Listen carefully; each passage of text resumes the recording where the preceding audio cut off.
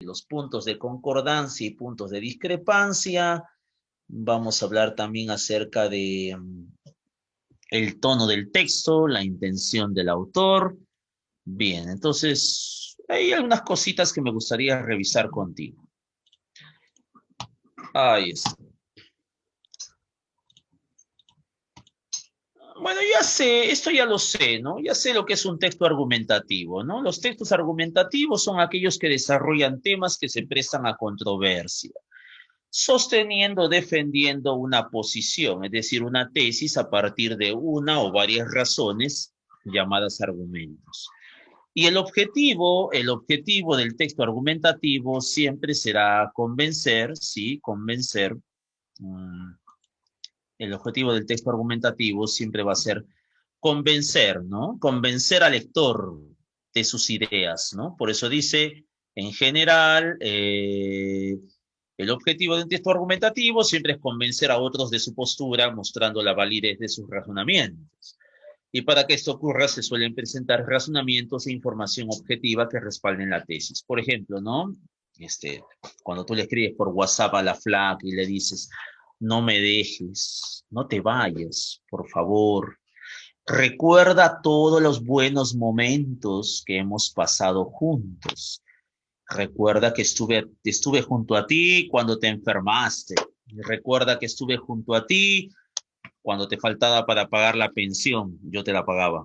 Recuerda que estaba junto a ti cuando necesitabas algún apoyo económico y ahora te vas, ¿no? Entonces, lo que estás haciendo es justificarte, es dar razones para convencer, ¿no? Convencer al lector. Y un texto argumentativo puede ser de una temática diversa, en realidad, diversa. Nosotros habíamos dicho que en el texto argumentativo había una tesis, ahí está. La tesis vendría a ser la posición o postura, ¿ya? ¿Por qué siempre lo de Mendoza? Bueno, ya no sé, vamos a suponer que sea Mendoza, el profe Jorgito, a ver. Profe Jorgito, vamos a ver, vamos a suponer, el Jorgito es una persona, yo admiro mucho en él el hecho de que él es una persona muy culta. Entonces él me decía un día que estábamos conversando, me decía, Francisco, porque ese es mi nombre, Santos es mi apellido. Francisco, sabes, el Perú es un país ignorante, me decía él, ¿no? Pero no lo decía en son de burla, sino da pena entender que el Perú es un país ignorante. Esa sería la tesis, sí, de verdad. El Perú es un país ignorante. Esa es la tesis, la posición o la postura del autor que puede estar a favor o puede estar en contra. Entonces él me decía, con mucha pena debo decirte que el Perú es un país ignorante. Bien, esa era la tesis. Pero para sostener una tesis debe existir un argumento. ¿Cuáles eran los argumentos que me dio Jorgito para sostener que el Perú es un país ignorante? Bueno, en realidad, Jorgito me dio tres argumentos muy válidos. Profesor, ¿qué son los argumentos? Los argumentos son las razones que sirven para probar, sustentar o tal vez demostrar a la tesis. Profesor, ¿cómo así? Por ejemplo, Jorgito me dijo, da pena comprobar que el Perú es un país ignorante porque la mayoría de peruanos cree ciegamente en todo lo que se publique en las redes sociales. ¿Sí o no? ¿Es verdad o no? Tu tía, por ejemplo, a veces lee cualquier tontería en las redes sociales.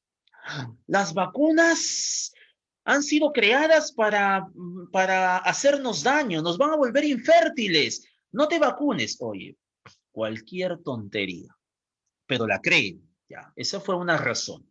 La segunda razón, el Perú es un país ignorante porque lee muy poco. Es verdad, el peruano promedio no lee nada, a veces apenas medio libro al año, y eso en el mejor de los casos. En el peor de los casos no lee nada. Lo único que lee es el Trome. ¿Y qué lees en el Trome? Noticias de farándula, lo último que hizo Sheila Rojas, las aventuras amorosas de la Foquita Farfán. La verdad, ese es un segundo argumento. Y un tercer argumento que me dio Jorgito es, al decir que el Perú era un país ignorante, es porque en el Perú es fácil manipular a una persona, fácil engañar a una persona. Es cierto, es verdad. Ese sería un tercer argumento, ¿no? Entonces, construyendo el texto argumentativo, yo podría decir, con mucha pena debemos precisar que el Perú es un país ignorante, ya que la mayoría de los ciudadanos de esta nación creen ciegamente en lo primero que ven publicado en Internet. No suelen ser ávidos lectores y además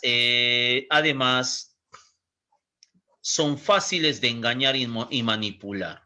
¿La verdad? Entonces son tres argumentos y ahí está por la estructura de un texto argumentativo, ¿no? Ahí está, ¿no? Muy bien. Profesor, hemos hablado de las preguntas por la tesis, sí, eso es algo que voy a volver a recordarte nada más. Acuérdate que la tesis era la idea principal del texto argumentativo y consiste en un compromiso con un tema o en una toma de posición con respecto a este. Al final, no te preocupes, no te preocupes, no te preocupes. Espérate. No te preocupes, no te preocupes. Espérate. A ver. Espérate.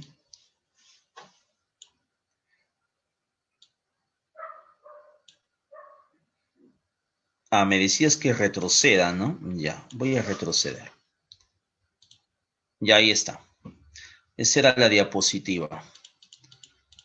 Entonces, habíamos dicho que la tesis era la posición o postura a favor o en contra de un determinado tema y que la tesis se sostiene en argumentos y los argumentos son las razones, sí, son las razones que sirven para probar, sustentar o demostrar la validez de la tesis, ¿no? Bien, sigamos.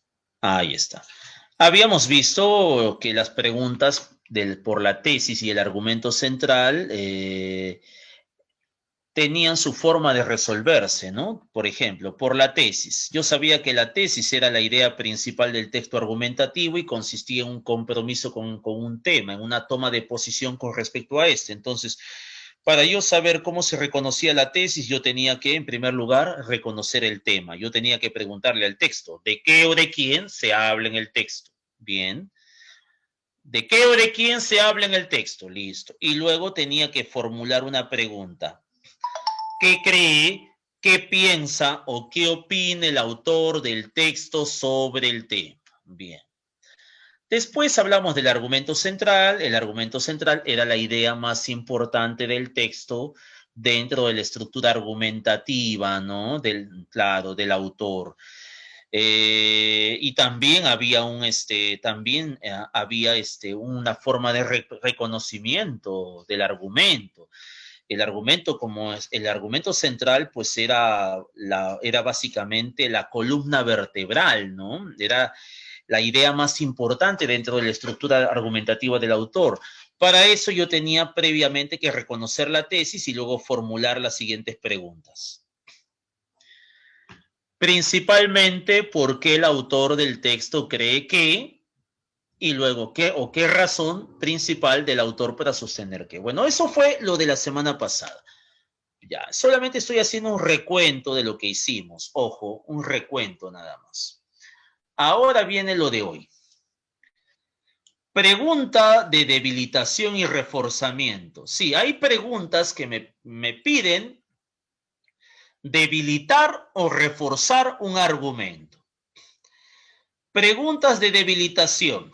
Dice, cuando se solicite el debilitamiento de una argumentación, se debe hallar o proponer una idea cuyo contenido refute eficazmente al texto base. Esto se logra eligiendo una idea preferentemente argumentada que vaya en contra del argumento, central del texto, el cual debe ser hallado con anterioridad. Bien. Claro. ¿Cuál de las siguientes afirmaciones debilitaría más el argumento anterior? Esa es la pregunta que te van a formular. Si te hacen una pregunta de reforzamiento, en cambio, Dice, cuando se desea hallar el reforzamiento o fortalecimiento de una argumentación, se debe elegir una idea adicional que mediante su contenido apoye o sustente la tesis del texto. Y te van a formular la pregunta, ¿cuál de las siguientes afirmaciones reforzaría más el argumento anterior? O sea, ¿cuál de las siguientes afirmaciones reforzaría más el argumento anterior? Ahí está. Y, claro, pero hay algo que tienes que tomar en cuenta. A ver, profe, estoy volando. Ya, mira. Una opinión debilita o refuerza, pero muy poco. Un hecho debilita o refuerza más que cualquier opinión. Un estudio científico debilita o refuerza más que un hecho simple. Una idea argumentada debilita o refuerza más que una simple argumentación. Para que lo entiendas, te voy a dar ejemplos. A ver. Vamos a hablar de un tema cualquiera. Ahí está. Ya que estabas hablando de Jorgito, ¿quiénes crees que son más infieles, los hombres o las mujeres? ¿O quiénes suelen cometer mayores infidelidades, los hombres o las mujeres? Los hombres, dice Liliana. Yo diría que en ambos casos, creo que es equitativo. Solo que hay un detalle. Los hombres hablan más, las mujeres callan.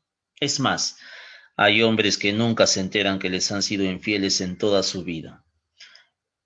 Y en cambio, es verdad, Diego, eso es cierto. En cambio, eh, las mujeres casi siempre se enteran que les han sido infieles. ¿Por qué? Porque a diferencia del hombre, la mujer es más inteligente. La mujer no habla de sus intimidades. La mujer sabe guardar sus secretos.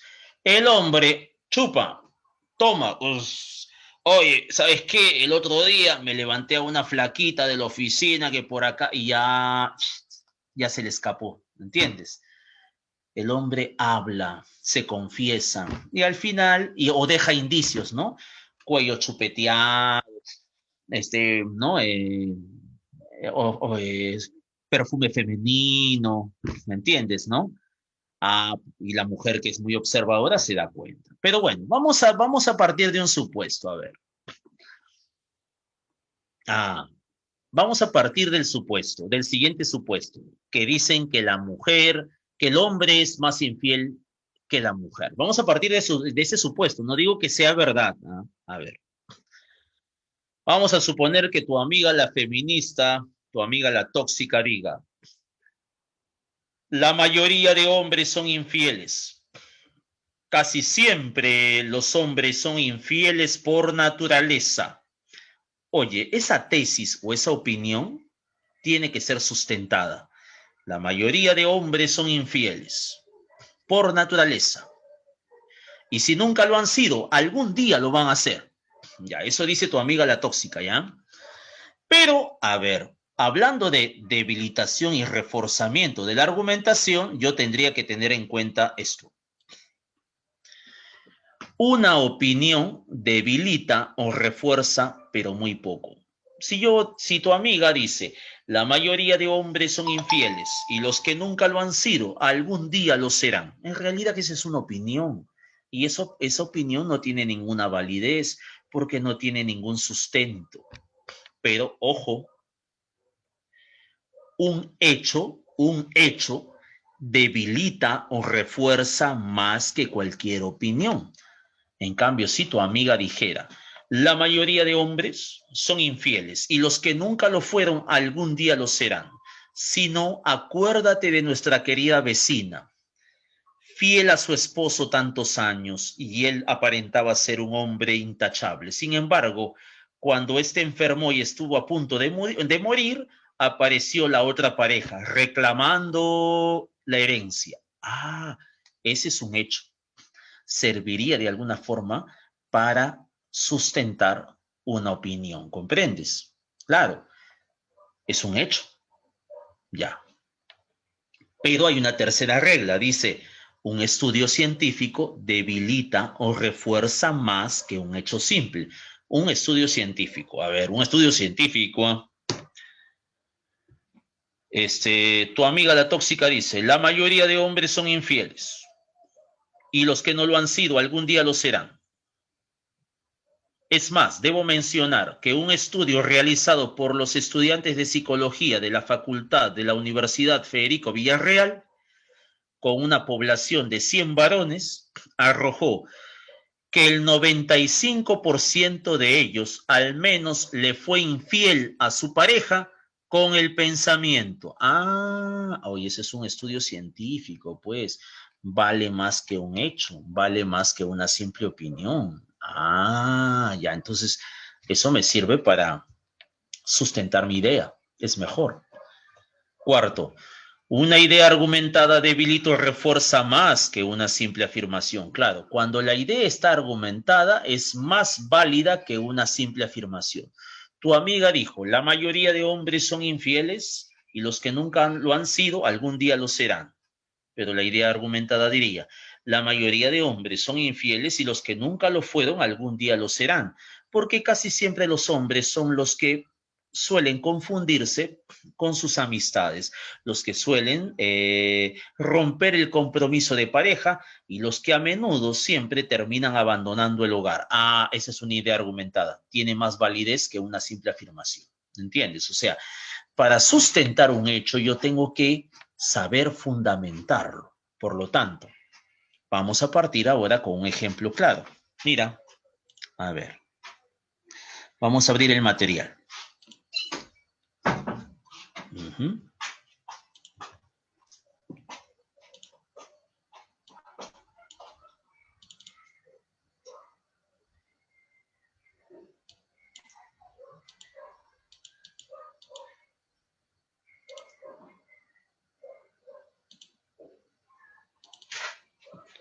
Ya, mira. Vamos con el texto de acá. Mira, lee conmigo. La maternidad es un aspecto de la vida que suele ser considerado inherente, profesor, que es inherente, propio a la naturaleza de la mujer. Sin embargo, existen millares de mujeres que no desean tener hijos. Esto no las hace menos mujeres. No es que odien a los niños, solo opinan que no quieren tener hijos. Entonces voy a preguntar, voy a volver a leer, ¿eh? Dice, la maternidad es un aspecto de la vida que suele ser considerado inherente o propio a la naturaleza de la mujer. Sin embargo, existen millares de mujeres que no desean tener hijos. Esto no las hace menos mujeres. No es que odien a los niños, solo opinan que no quieren tener hijos. Ya. Vamos a reconocer en primer lugar la tesis. En primer lugar, el tema, ¿de qué o de quién se habla en el texto? De la maternidad de la mujer. Bien, eso fue el tema. Ahora vamos a preguntar por la tesis. Acuérdate de la pregunta. ¿Qué cree, qué piensa o qué opina el autor del texto sobre la maternidad de las mujeres? Entonces yo te pregunto, ¿qué cree, qué piensa o qué opina el autor del texto sobre la maternidad de las mujeres? A, la maternidad es un derecho de la mujer, de toda mujer. B, la mujer es una realidad propia, inherente en la vida, perdón, un niño es una realidad inherente o propia en la vida de la mujer. C, millares de mujeres no quieren ser madres. D, algunas mujeres odian la idea de tener hijos. O E, el deseo de no tener hijos no hace a nadie menos mujer. Bien. Entonces, ¿qué marcarías ahí? ¿Cuál sería la tesis? La E, ¿no? El no deseo de tener hijos no hace a nadie menos mujer. Claro, hay mujeres que no desean tener hijos, así de simple. Bien. Pero ahora vamos a preguntar, ¿cuál de las siguientes alternativas de ser cierta debilitaría más el argumento del texto anterior? A ver, vamos a partir a debilitar. Acá dicen debilitaría el argumento. Debilitaría, ojo. A ver, no reforzaría, sino debilitaría. A. A algunas mujeres les gusta tener hijos. B. La ciencia ha demostrado que la maternidad es el punto máximo de evolución de una mujer. C. La maternidad es optativa para las mujeres, pero no para los hombres. D. Una mujer sin hijos es una mujer infeliz. E. Si una mujer no se casa ni tiene hijos, se convierte en una solterona. Entonces, ¿qué alternativa contiene la idea que debilita el argumento del texto anterior? Aquel que dice que el no deseo de tener hijos no hace a nadie menos mujer. Profesor, un estudio científico vale más que un hecho y que una idea argumentada. La ciencia ha demostrado que la maternidad es el punto máximo de evolución de una mujer. ¿Te das cuenta? Así funciona la cosa. Bien. Profe, pero acá siguen las preguntas, ¿sí? Siguen las preguntas. Ahora me van a preguntar, ¿cuál de las siguientes alternativas va a favor? Ahora fortalece, ya no debilita, sino fortalece. ¿Cuál de las siguientes alternativas va a favor de la tesis del texto anterior? Los niños aman a sus mamás. Ser mujer es una vivencia única con componentes libres a escoger. C. Los niños que no tienen mamás sufren. D. Hay mujeres que han tenido hijos que no son felices. Las mujeres que no desean ser madres podrían optar por esterilizarse. ¿Cuál sería la alternativa que va a fortalecer a la B? Ser mujer es una vivencia única con componentes libres de escoger. O sea, no necesariamente necesitas tener hijos para que tú te puedas realizar como mujer. Ese es un convencionalismo social. Es la verdad. Es más, algunas personas incluso te dicen, ¿no? Oh, tienes que casarte porque si no, ¿qué va a hacer cuando seas viejo? ¿Qué te asegura que tus hijos van a responder por ti cuando seas viejo? ¿Acaso hay un contrato? En mi caso, por ejemplo, mis hermanos mayores fueron los primeros que volaron de la casa. Volaron, así de simple. Nada te asegura que el tener hijos implica que vas a tener una vejez donde vas a ser asistido por tus hijos. No necesariamente. Entonces, eso es un convencionalismo de la sociedad, ¿no? Ya depende de cada uno. Bien. Esto es algo que, sí, pues los hijos son básicamente prestados, ¿no? Es la verdad.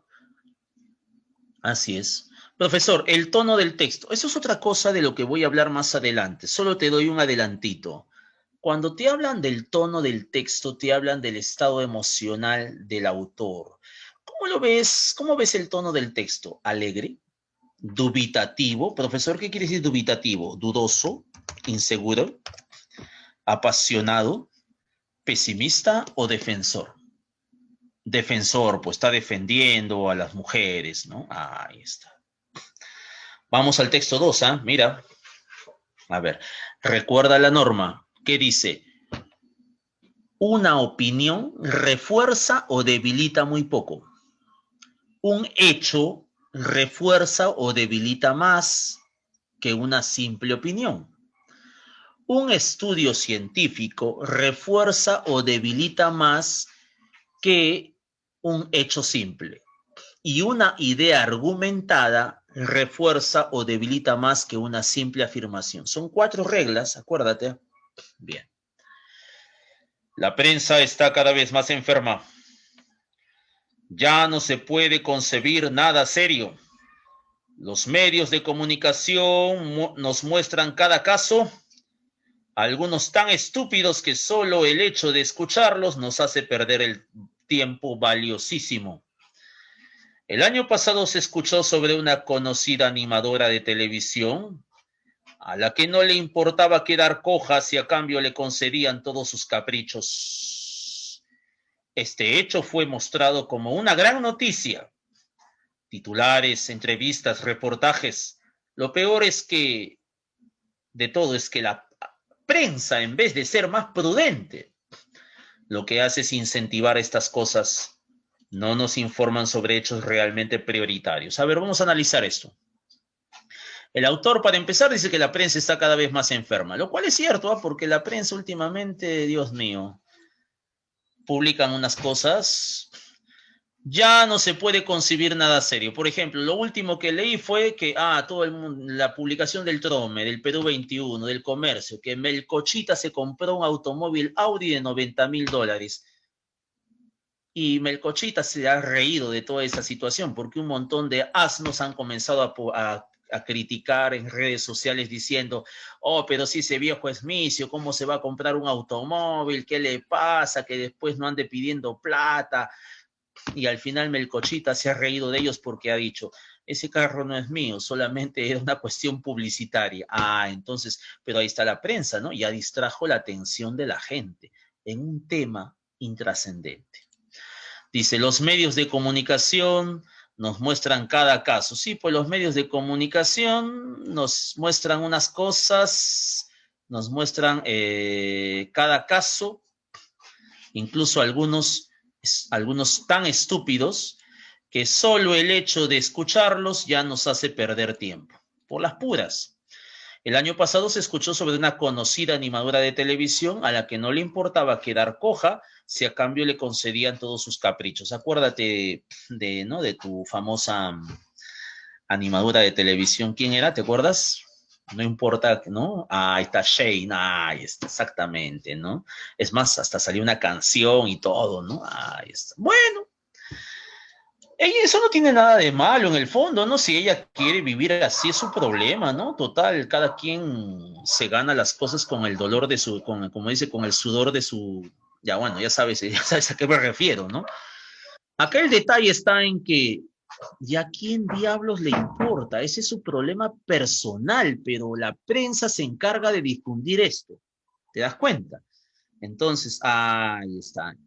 Este hecho fue mostrado como una gran noticia, claro. El caso de la animadora Sheila Rojas, por ejemplo, fue mostrado como una gran noticia, ¿no? Claro, dice que hubo titulares, entrevistas y reportajes incluso, ¿no? Y dice, lo peor es que la prensa, es que de todo es que la prensa, en vez de ser prudente, lo que hace es incentivar estas cosas. Claro, pues porque el morbo vende, como dice Mauricio. No nos informan sobre hechos realmente prioritarios. Por ejemplo, ¿tú crees que nos informan de que ya nos están, discúlpame la expresión, metiendo la yuca? ¿Por qué te digo eso? Porque, por ejemplo, tú sabes que el Perú se ha endeudado por 100 años, ha emitido bonos, sí, en acciones por 100 años, pero esa información solamente la sabe el 20 o 30% de peruanos. El peruano promedio no la sabe, ¿entiendes? ¿Y tú crees que las vacunas son gratis? No. El Perú se está endeudando para adquirir vacunas. Dicen que ya firmó un precontrato con Pfizer para adquirir 20 millones de vacunas. Pero eso, ¿de dónde viene? 20 millones del Estado, de las reservas del Estado. Y cuando no haya plata, a ver, vamos a extrapolar.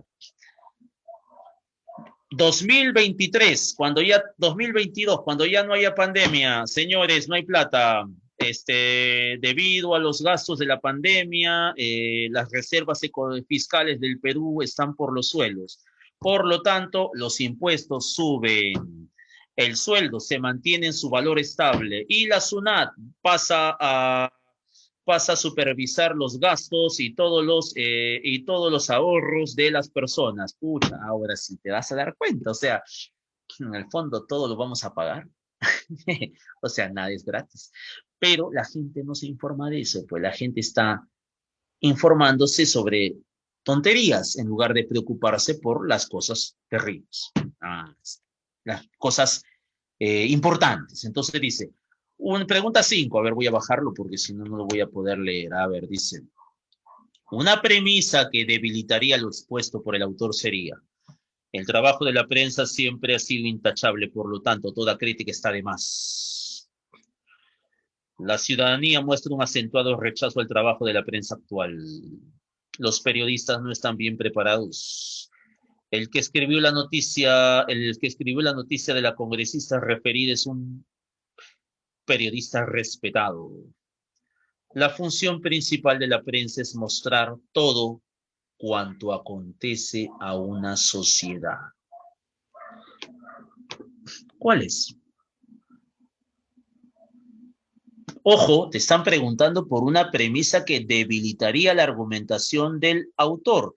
El autor dice que la prensa, en lugar de informarnos, nos desinforma. Y si nos informa de tonterías, de cosas que son intrascendentes, promoviendo el morbo.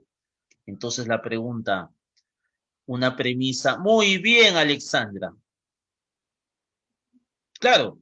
Un momentito. La función principal de la prensa es mostrar todo, sea bueno o malo. Un momentito. La prensa está haciendo su trabajo.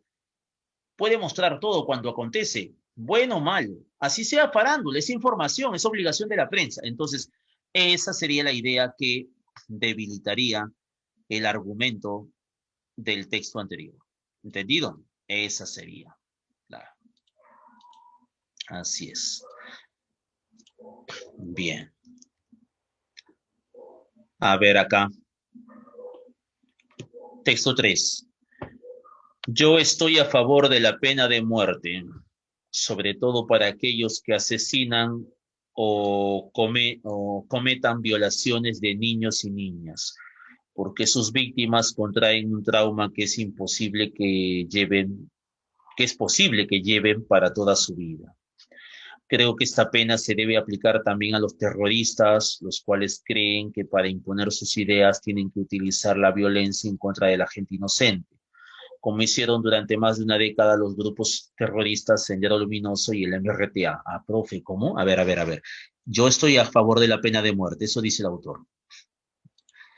Sobre todo para los que asesinan, aquellos que asesinan o cometen violaciones de niños y niñas. ¿Ya? Porque las víctimas contraen un trauma que es posible que lleven para toda su vida. Marcan a esos pobres niños, pues es verdad. Creo que también se debe aplicar a los terroristas, los cuales creen que para imponer sus ideas tienen que utilizar la violencia en contra de gente inocente, como ya hicieron, sí, como hicieron durante más de una década Sendero Luminoso y el MRTA. Si queremos acabar con un problema, debemos solucionarlo de raíz. Bien. La persona que habla en el texto sustenta su defensa de la pena de muerte para quienes le hacen daño a la gente. Muy bien. Indefensa e inocente. Bueno, eso es una pregunta literal. A ver, ahora mira acá. Dice, espérate. ¿Qué premisa refutaría o debilitaría mejor lo planteado en el texto anterior? El autor habla de que la pena de muerte debe ser viable en el caso de los violadores de niños y los terroristas, porque le hacen daño a la gente inocente. Pero, ¿qué premisa debilitaría o refutaría lo planteado en el texto anterior? A ver, A. En los países en donde se ha aplicado la pena de muerte a los terroristas, mucha gente vive descontenta con esta decisión de sus gobiernos. B. Aquellos países que han aplicado la pena de muerte no han solucionado los traumas de las víctimas de violencia ni han conseguido acabar con las actividades terroristas. C. La aplicación de la pena de muerte suele generar altos gastos para los gobiernos ya que requieren de equipos letales muy caros.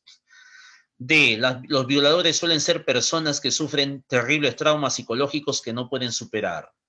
La muerte violenta implica una falta de humanidad, tanto en quien la aplica sin razón alguna como en quien la aplica tratando de hacer justicia.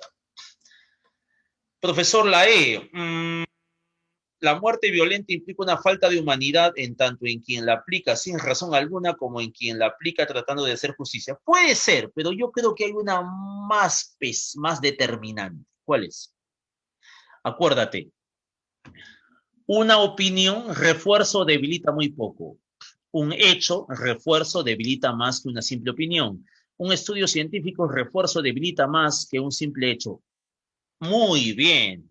Besito. ¿Por qué? Este es un hecho, pues. ¿Qué dice? Aquellos países que han aplicado la pena de muerte no han solucionado los traumas de las víctimas de violencia ni han conseguido. Claro, o sea, profesor, entonces, ¿de qué ha servido si los países que han aplicado la pena de muerte siguen con problemas de terrorismo y con problemas de violencia? Entonces, no ha servido de nada. Por lo tanto, ese hecho debilita la postura del texto anterior. Pero ahora cambian. Vamos a la pregunta 8. Dice, a ver, ¿qué dice la pregunta 8, profe? Dice,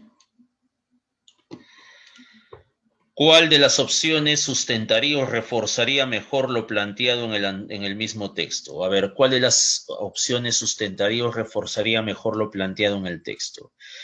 Reforzaría, ahora reforzaría. A ver, los violadores de niños no merecen ningún tipo de piedad, pues su crimen revela su crueldad inhumana. Muchas personas piensan que quien actúa violentamente merece morir violentamente. La eliminación de violadores y terroristas ha servido como castigo ejemplar en algunos países del globo. Los países golpeados por el terrorismo tuvieron... Ah, yo creo que ya es obvio, ya te diste cuenta. ¿Cuál es? Casita, ese es un hecho también. La eliminación de violadores y terroristas ha servido como castigo ejemplar en algunos países del globo. ¿Qué quiere decir? Que ha ayudado, ¿no? Casita. Bien, entonces ya lo sabes, ¿ah?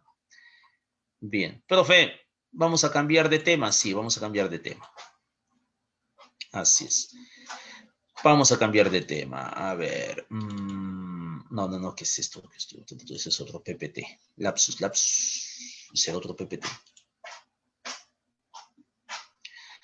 Profe, entonces sí serán las preguntas de reforzamiento. Ahora, ¿qué vamos a hablar? ¿De qué vamos a hablar? Ahí está. Textos de diálogo. A ver. Dice, el formato de esta pregunta es simple, un diálogo entre dos interlocutores. Sí, acá hay dos interlocutores, cada uno formulando su propia tesis con argumentos respecto de algún tema. Bien. Tipos de preguntas. No, ese lo hemos dejado pendiente. Ahora retrocedemos. En los textos de diálogos, dos interlocutores van a hablar acerca de un tema. Por ejemplo, vamos a suponer que Dayan y Emily van a hablar acerca de un tema. Ahí está. Por ejemplo, Emily dice, Emily, número 1. Emily, diálogo 1. A mí me gustan los chicos detallistas, amables, caballeros y serviciales, porque esos chicos te hacen sentir como una reina. Su trato hace que te sientas bien y realizada como mujer. Además, son chicos que nunca van a ponerte en riesgo, siempre van a ser personas que te van a dar tranquilidad. Eso dice Emily. Dayan, ¿qué estás hablando? Los chicos tranquilos son aburridos, perecibles. Mejor son los chicos malos. Ellos siempre te van a tener entretenida. Una relación con ellos es una aventura diaria. Nunca sabes lo que te va a tocar con ellos. Por lo tanto, el aburrimiento es mínimo. Por eso yo prefiero un chico malo. Ya, ese es el texto, obviamente, de la dialogante número 2. Entonces, eso sucede con los textos de diálogo, ¿no? Claro. Profesor, ¿hay tipos de preguntas? Sí, te van a preguntar por la tesis y el argumento de cada interlocutor. Claro, y luego anda llorando. Bueno, eso sí es algo que en lo que yo debo darte razón. Siempre dicen que los hombres son así por acá, pero la verdad es que yo siempre he dicho, la mujer es la que tiene la última palabra, la que decide. Si la mujer dice no, es no. El hombre propone, la mujer dispone. Al final, la que decide mal es ella, ¿no? O sea, si se buscó un tóxico, un psicótico, un maniático, un manipulador, abusivo, maldito, es porque ella lo escogió. Es como cuando yo voy al restaurante y, por ejemplo, ¿no? Yo pido ají, por favor, oiga, pero no le hace daño a su salud. No, un momentito. A mí me trae ají porque me encanta el ají, yo lo como con todo, pero señor, le va a hacer daño. Oiga, ese es mi gusto, ya, igualito, o sea, Ellas saben que les hacen daño, pero sin embargo, bueno, ¿no? Deciden eso, ¿no? Así es, así es, así es. A ver, profesor, preguntas sobre puntos de concordancia y discrepancia. Bueno, los puntos de concordancia y discrepancia serían un tipo de preguntas, dice, donde se va a interrogar por el punto de concordancia, es decir, las ideas en las cuales concuerdan los dialogantes, y también por los puntos de discrepancia, donde ambos dialogantes no van a estar muy de acuerdo. Claro, es decisión de cada uno, pues, Emil, es la verdad, pues, la verdad. Preguntas sobre tesis y cada argumento. Entonces, volviendo al tema, los textos de diálogos son textos donde hay dos interlocutores. Te van a preguntar por la tesis y el argumento de cada autor, de cada interlocutor, y también te van a preguntar por el punto de concordancia y el punto de discrepancia de ambos. Con tu tío, ¿cómo voy con tu tío? ¿Qué es eso? Oye, ¿qué es eso? Por Dios, ya bueno. A ver, ya. Bueno, eso pasa, ¿no? Pasa, pasa. A ver, ya. Ujú, ya, a ver. Vamos a leer el texto 7, ¿ya? A ver. Alondra dice, Esto es Guerra es un buen programa de televisión transmitido en señal abierta, pues fomenta la competitividad y nos recuerda aquel viejo adagio. Profesor, ¿qué es un adagio? Un adagio es una frase, un refrán, una frase que nos deja una enseñanza. Entonces, Esto es Guerra es un buen programa de televisión transmitido en señal abierta, pues fomenta la competitividad y nos recuerda aquel viejo adagio que dice, mente sana en cuerpo sano. Además, promueve ciertos valores entre la juventud como la solidaridad y la lealtad. Eso dice Alondra. ¿Qué dice Tiffany? Si bien es cierto, Esto es Guerra fomenta la competitividad y además invita a todos a considerar una dieta balanceada, la mayoría de veces sus participantes se enfrascan en inútiles discusiones y polémicas. Por ello considero que el programa no califica para ser transmitido en señal abierta. Vuelvo a leer, ¿eh? ¿Qué dice Alondra? Esto es Guerra es un buen programa de televisión, transmitido en señal abierta, pues fomenta la competitividad y nos recuerda aquel viejo adagio que dice, mente sana en cuerpo sano. Además, promueve ciertos valores entre la juventud como la solidaridad y la lealtad. Bien. En cambio, Tiffany dice, si bien es cierto que Esto es Guerra fomenta la competitividad y además invita a todos a considerar una dieta balanceada, la mayoría de veces sus participantes se enfrascan en inútiles discusiones y polémicas. Por ello considero que el programa no califica para ser transmitido en señal abierta. Bien. Profesor, ¿cuál es la primera pregunta? ¿Cuál es el punto de discrepancia entre ambas dialogantes? Si Esto es Guerra es o no un buen programa, si hay o no competitividad en el programa, si es buena la señal abierta o el circuito cerrado, si los participantes polemizan o no adecuadamente, o si hay solidaridad o no en estos guerras. ¿Cuál sería? La A, pues, ¿es o no es un buen programa? Bueno, yo la verdad, te soy sincero, yo casi nunca lo he visto. Desde que se emitió. Desde que se emitió, ¿ah? Sinceramente, no sea. Yo sé que siempre hablaban de Nicola Porchela, hablaban de... No, ¿quién más? Ya me olvidé ya, pero no sé, más de eso no sé. Y no digo que es el... no digo que en mi época no había, sí habían programas de una temática parecida, habían. Pero yo era yo gustaba más de las series, gustaba más de las películas y de las series. No era muy fanático de los programas de concursos. No. Es más, una vez vi un programa completo de, ¿cómo se llama? No, no es La Voz Perú. Ya ves, ni siquiera me acuerdo del programa. ¿Cómo se llama? Yo Soy. Pero de ahí, no sé, no le encuentro la mística, no sé. Yo soy más de las series de Netflix, ¿no? Y de las series clásicas. Eso me gusta más. No sé, prefiero las series, ¿no? Así es. Bien. ¿Cuál es el punto de coincidencia entre las dialogantes? En algo coinciden, en algo coinciden. Mm,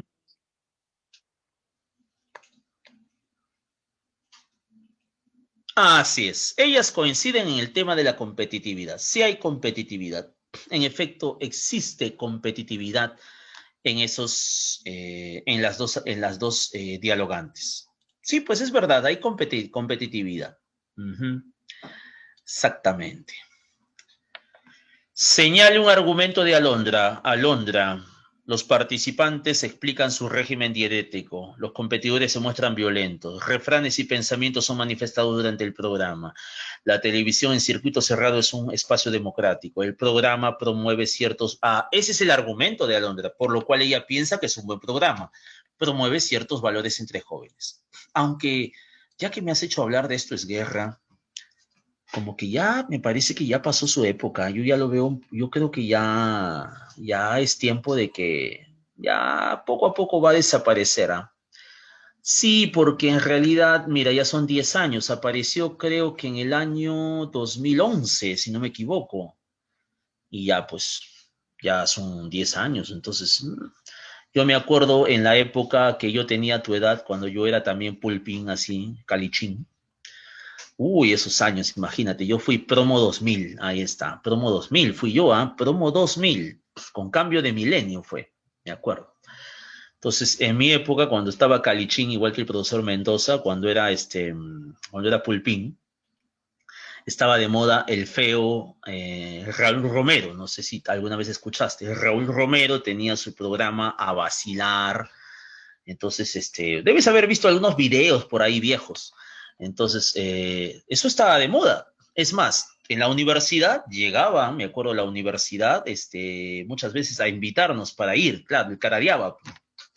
Y el Caradiaba tuvo su época, buena época, desde el 2001 hasta más o menos, o 2002, 2001, tuvo dos programas hasta más o menos 2009. Ahí ya comenzó a bajar su popularidad. Fue cuando ya empezaban los programas tipo Esto es Guerra, Combate, creo que fue el primero. Entonces, yo me imagino que dentro de un tiempo va a aparecer un programa nuevo, novedoso, que le va a poner la cruz a Esto es Guerra, ¿no? Me parece que eso es lo que va a pasar. Es lo que va a pasar. Todas son modas. Señale un argumento de Tiffany. El programa en mención es mejor que los de la competencia. Los participantes se enfrascan en discusiones inútiles. La publicidad del programa se orienta a la buena salud. Los competidores a la B, pues los participantes se enfrascan en discusiones inútiles. Pues. Bien, ahora cambiemos de tema. Vamos a algo más serio. A ver, vamos a hablar acerca de... ahí está.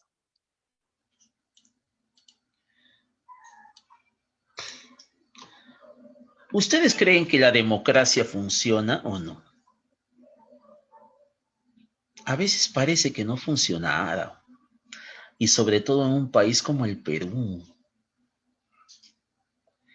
Porque la gente no vota con la cabeza, vota con el trasero, por Dios. ¿Qué escuché la otra vez? Ah, ya, me compartieron una publicación, decía esta vez, Keiko es la voz, Keiko nos va a sacar de la crisis, Keiko es la persona que va a combatir contra los corruptos.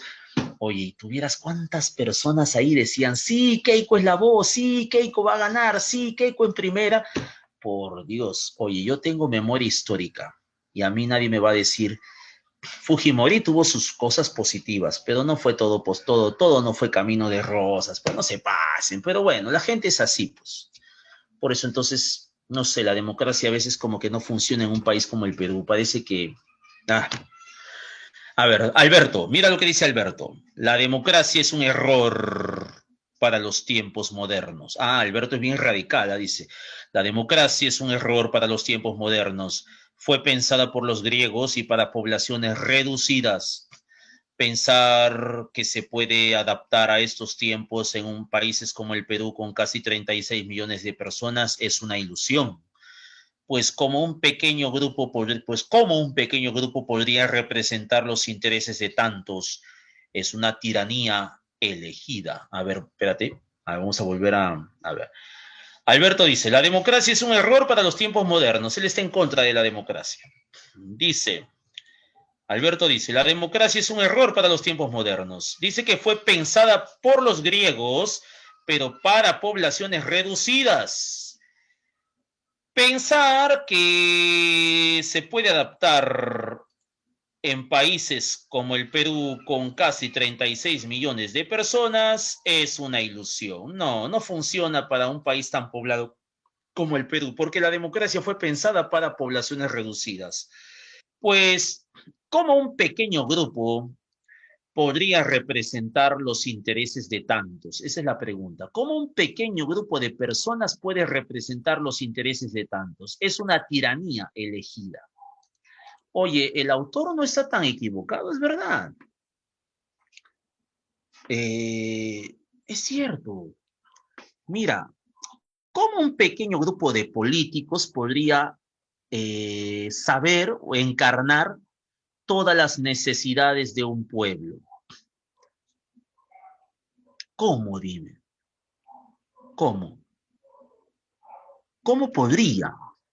Precisamente por eso, pues es por eso que ese pequeño grupo se preocupa por velar por sus propios intereses en nombre del pueblo, pero no precisamente para el pueblo. Se toman el nombre del pueblo, pero no precisamente para el pueblo. Por eso, a ver, por eso decía un cantautor de trova llamado Facundo Cabral, no sé si alguna vez escuchaste, escúchalo, si es que algún día puedes, decía, ¿no? Yo le tengo miedo a los idiotas, decía él, su frase, yo le tengo miedo a los idiotas porque son muchos y pueden elegir un presidente. Yo le tengo mucho miedo a los idiotas porque son muchos y pueden elegir un presidente. O sea, esa frase de Facundo Cabral es célebre y tiene mucha razón, pues. ¿Quiénes han elegido a los gobernantes que tenemos? Ah, ya está. Ahora vamos a leer el texto de Pedro Pablo. Imposible pensar que la democracia es algún tipo de tiranía. Para empezar, hay elecciones y periodos, es decir, los que gobiernan tienen restricciones y límites. No hacen lo que quieren, sino lo que el pueblo les permite y además está la Constitución. Ah, ya, a ver, voy a volver a leer. Pedro Pablo dice, oye, yo no, Pedro Pablo está en contra de lo que dice Alberto. Imposible pensar que la democracia es algún tipo de tiranía. No, no, ¿qué estás hablando? Oye, imposible pensar que la democracia es un tipo de tiranía. Para empezar, hay elecciones y periodos. O sea, un gobernante no se queda por tiempo indefinido. El periodo de gobierno tiene caducidad. Ahí está el error de Fujimori, pues Fujimori quiso eternizarse en el poder y quiso seguir religiéndose hasta por tercera vez. Ese fue su error. Es decir, los gobiernos tienen restricciones, los que gobiernan tienen restricciones y límites. Ellos no pueden hacer lo que les da la gana. No hacen lo que quieren, sino lo que el pueblo les permite. A eso sí me parece idealista. No hacen lo que quieren, sino lo que el pueblo les permite. En realidad sí hacen lo que les da la gana. Y además está la Constitución. Bueno, en cierto modo la Constitución frena un poco la libre voluntad, aunque a veces no la respetan también, ¿no? Bien.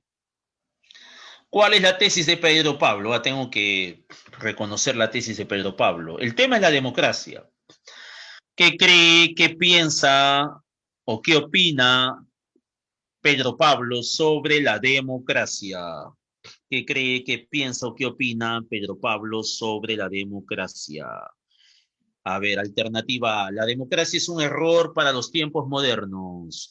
Se debe adaptar la democracia a los tiempos modernos.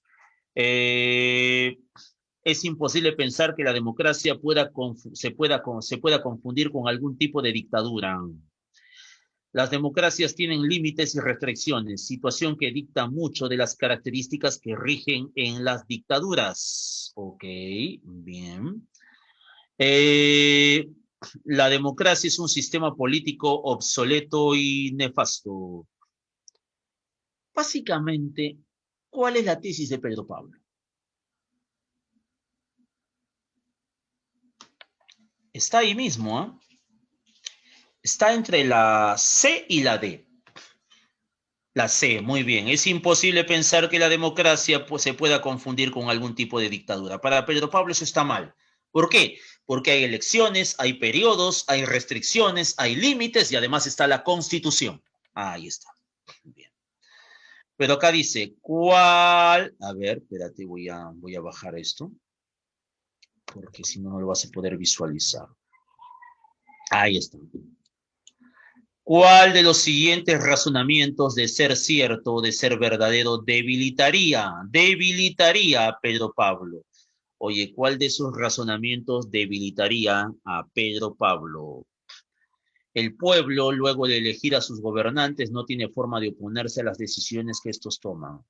Los gobernantes no son otra cosa que los representantes del pueblo. Gobiernan pensando en ellos y si no lo logran, no es un problema del sistema, sino de las personas que gobiernan. Hay que diferenciar gobierno de sistema. El primero puede fallar por el ser humano, el segundo no por ser lógico. Han existido una serie de tiranías que han sido disfrazadas como democracias. Tal es el caso de los gobiernos de Hugo Chávez y Alberto Fujimori. Los países en donde existe un sistema antidemocrático están condenados a fracasar. ¿Cuál de esas debilita más a Pedro Pablo, que está en contra de afirmar que la democracia es una tiranía y que hay límites para que esto pase?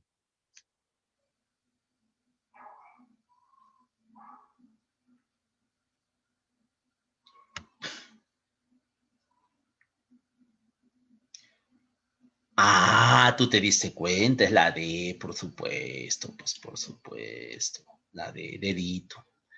Es verdad, eso sí es verdad. Mira, yo siempre he pensado que no hay que ser injusto y al César lo que es del César. En el caso de Fujimori hubo muchas cosas que fueron positivas. Él estabilizó la economía porque quedó hecho un desastre por culpa de Alan García. También es cierto que en su gobierno se combatió el terrorismo, pero su error, ¿cuál error más grande fue? Comprar los medios de comunicación. Igual que ahora, ¿no? Comprar los medios de comunicación. Salió en los Vladivideos, por Dios. Segundo, querer eternizarse en el poder. Bastó con que se fuera un tiempo a descansar y regresara 5 años más tarde. ¿Por qué tuvo por qué querer quedarse toda la vida? O sea, ese fue su error, pues. Y la gente no recuerda eso. Yo lo recuerdo como si fuera ayer. Yo tenía tu edad y me acuerdo de todo. Pero parece que mucha gente que tiene 40, 50 años lo olvida. Es la verdad. Un razonamiento que fortalecería la postura. Un razonamiento que. Sí, yo viví el terrorismo también. Sí, es verdad. Sí, también. Por eso digo, no se le puede negar lo positivo. Pero también es verdad que cometió un montón de errores. Entonces no es que fue perfecto. Pues no, por favor. Un razonamiento que fortalecería la postura de Alberto sería. Alberto dice que la democracia no vale. No vale. A ver, los griegos, al crear el sistema democrático, señalaron que solo podría funcionar con polis habitadas por un máximo de 10.000 ciudadanos. Al sobrepasar este límite, se comprobó que se produciría la corruptio, el gobierno por intereses personales. Dos, el sistema democrático actual no es el mismo que los griegos crearon. Ha recibido una serie de adaptaciones y modificaciones para hacerlo viable. Tres, el gobierno con la democracia más efectivamente practicada es la de los Estados Unidos, una potencia que se ha construido sobre el dominio de países pobres y subdesarrollados. ¿Cuál sería? Solamente hay un razonamiento que fortalecería la postura de Alberto y es obvia. ¿Cuál fue? Es un hecho. Solo la uno. Muy bien, exactamente. Bien, ahora cambiamos de tema porque se nos está cortando el tiempo. Vamos. Vamos a hablar ahora de ¿De qué vamos a hablar? Bueno, vamos a hablar de... Ahí está. Preguntas por el tono. Dice, dice ahí, el tono del texto, el tono de un texto, se refiere al aspecto emocional en que se encuentra el autor al emitir el mensaje. En estos casos no es tan importante qué se dice, sino cómo se dice. A partir de ahí hay que descubrir el estado emocional del emisor del mensaje. Este puede descubrirse a través de preguntas de cómo lo dice. Además, el saber esta información nos permite comprender mejor el contexto y el sentido del texto que analizamos. Profesor, veamos este esquema. El autor presenta un estado emocional. Por ejemplo, puede ser alegre y optimista. Y ese estado emocional se refleja en el texto, es decir, en el tono del texto, que también va a ser el alegre y optimista. Por ejemplo, a ver, mira, la flaca, ahí está, ahí está. Cuando le pides perdón a tu flaca, a ver, lo puedes hacer en diversos tonos. Por ejemplo, si no estás muy urgido por reconciliarte, le dirías, bueno, ante todo te saludo, pero creo que tienes que pensar bien las cosas y darte cuenta que yo no soy el único culpable, que en esta situación hay dos culpables y que cada uno debe asumir la responsabilidad de lo que ha hecho. Espero que lo medites. Ah, tú le escribes así porque tú sabes que no estás tan urgido de reconciliarte. Pero ¿qué pasaría si estuvieras preocupado? Mm, mira, yo en verdad quiero hablar contigo porque me parece que estamos yendo mal. En realidad yo no quiero terminar contigo, yo quisiera que lo pienses bien y de verdad que recapacites. Mira que tenemos mucho tiempo juntos y somos una pareja que si ha estado junta tanto tiempo por algo es, no creo que sea en vano. Estás preocupado, pues, ¿no? Sabes que la flaca te puede botar. Y si ya estás pues, como Jorgito, así ya, pues, ¿no? Ya estás desesperado. Por favor, no me dejes, tú eres todo para mí, yo no sé qué haría sin ti, tú eres la razón de mi existencia, sin ti me muero, entiéndelo, por favor. Yo no tengo otra persona que me quiera más que tú. Ya, pues estás, en ese caso ya, pues ya estás desesperado, pues entonces el tono varía de acuerdo al estado emocional del autor. La verdad, es la verdad. Si me quiere mi perro. Claro, pues, es verdad, eso varía, eso varía. Entonces, profesor, vamos a ver. Ah, dice, reconocimiento. ¿Cómo se reconoce el tono del texto? Simplemente hay que leer atentamente el texto para comprenderlo, tratando de descomponerlo en unidades informativas, ¿sí? Segundo, hay que relacionar las unidades de información que se han identificado con uno o varios estados de ánimo. Hay que relacionarlo con los estados de ánimo e identificar en las alternativas los estados de ánimo. O sea, hay que leer y hay que relacionarlo con los estados de ánimo. Pero ojo, los estados de ánimo son muy variados. O sea, por ejemplo, puede que el autor sea burlón, sea irónico, sea mordaz, sarcástico, cáustico, nostálgico, imperativo, réprobo, reprochante, recriminador, recriminatorio, despectivo, menospreciador, peyorativo. Por ejemplo, a ver, si habláramos de Alianza Lima, a ver, ¿qué diría el sarcástico? Así que Alianza Lima va a recurrir al TAS para salvarse de la segunda división. Claro, lo que no pudieron ganar en la cancha, lo quieren ganar en la mesa, como siempre. Ah, ya, sarcástico, pues, ¿no? Exactamente. En cambio, si fuera despectivo, diría, como siempre, los alianceros, de lo peor, mendigando hasta por permanecer en primera división, queriendo defender su incompetencia. ¿Por qué no hacen como otros clubes que descendieron a segunda y con mucho esfuerzo lograron ascender a primera? Qué vergüenza para ser. Y así dicen que son el segundo club más popular del Perú. Oye, ese es despectivo, ¿no? Menospreciador, pues, ¿no? En cambio, si fuera imperativo, o sea, que exige algo? No. Un momento, Alianza Lima merece estar en primera división, porque las reglas son las reglas. Alianza Lima siempre cumplió con las reglas. Y fue Carlos Stein, el equipo rival, el que incumplió todas las normas. Por lo tanto, aquí nos regimos por normas y leyes y exigimos el cumplimiento de estas. Ah, no, pues ahí está siendo imperativo, ¿no? Claro. Los tonos son variados, como dice ahí. También puede ser decepcionado, desilusionado, alarmista, exaltado, sorprendido, desconcertado, patético, decepcionado.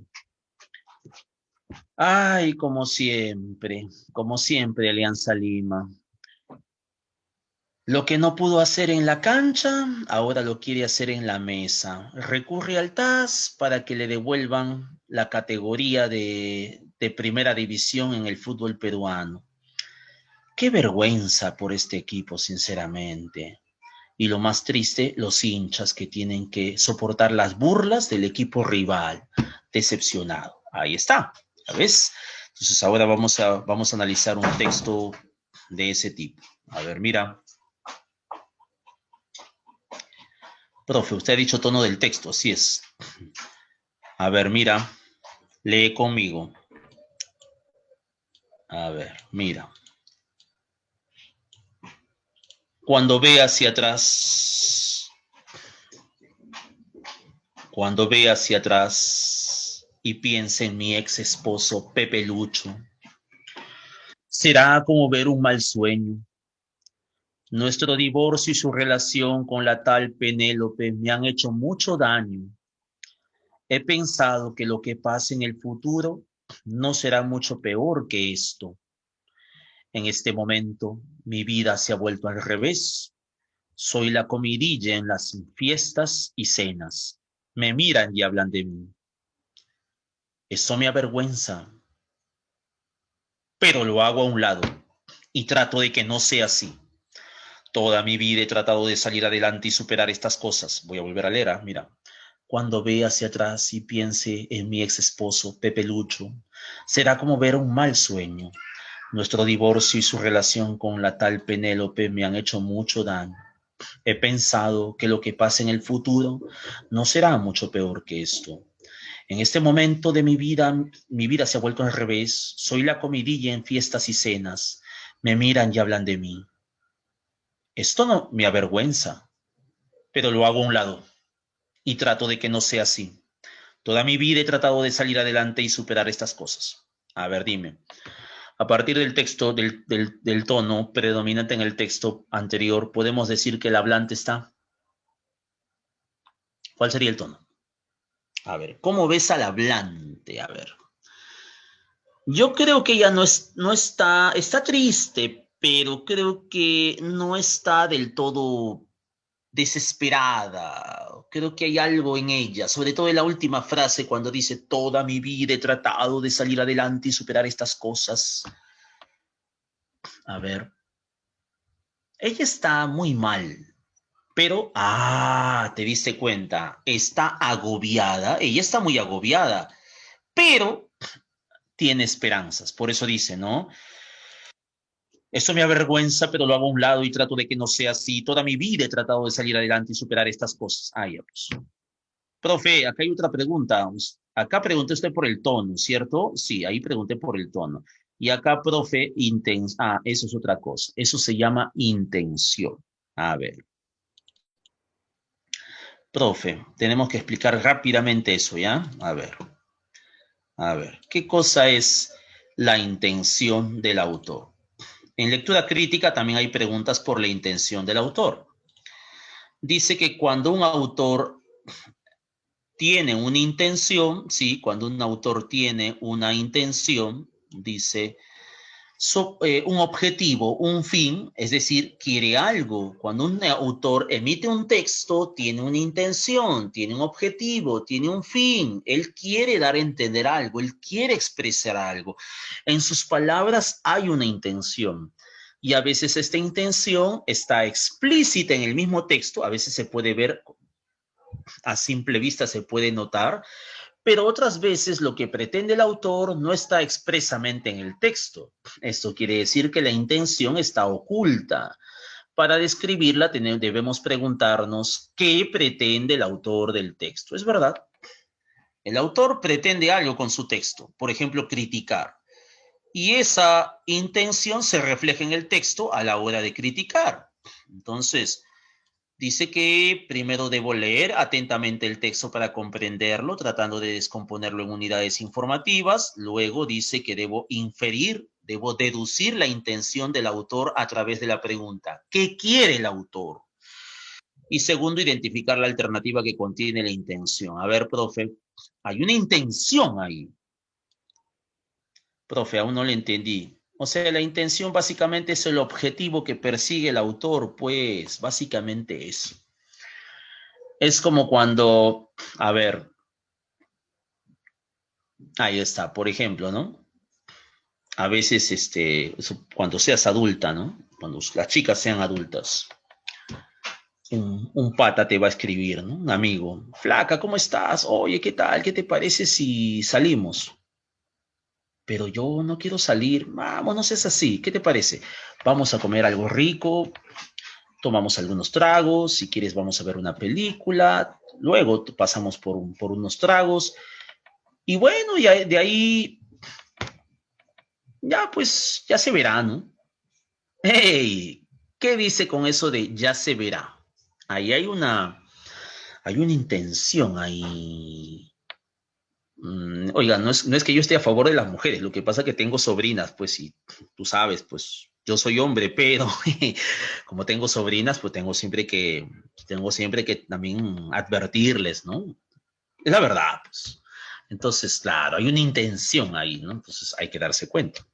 Bueno, yo le digo, ¿no? Bueno, depende, ¿no? Si el tipo te interesa, bueno, ya depende de uno, ¿no? Pero si no te interesa en lo más mínimo, o mejor córtalo ahí nomás, ¿no? ¿Para qué? Ah, ya está. Entonces, la intención principal del hablante del texto es: su vida futura estará marcada por el mal momento que no puede superar. B. Su divorcio la ha afectado tanto que vive como si estuviera en un mal sueño. La gente que habla mal de ella no debería actuar así, pues la vergüenza. Su ex esposo Pepe Lucho actuó muy mal al relacionarse con la tal Penélope. Pese a que está pasando por un mal momento, podrá superarlo. ¿Cuál sería la intención del principal del hablante? ¿Qué quiere comunicarnos? Ah, está fácil, ¿ah? ¿Cuál es?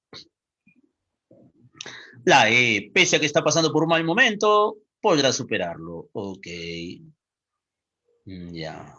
Ajá. Profe, ¿hay otro? Sí, acá hay otro. Vamos a leer uno larguito, ¿ya? A ver, este rápido, rápido. A ver, porque ahora nos gana. Lee conmigo. Valentín, Valentín y Tadeo.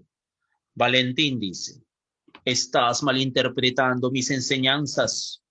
No es bueno que cortejes a una chica de tu centro de labores diciéndole o siquiera poniéndole como posibilidad el hecho de que en algún momento te puedas enamorar de ella. Eso no está bien. No puedes jugar con los sentimientos de una jovencita que se ilusiona con las vacuas o vacías palabras que le dices.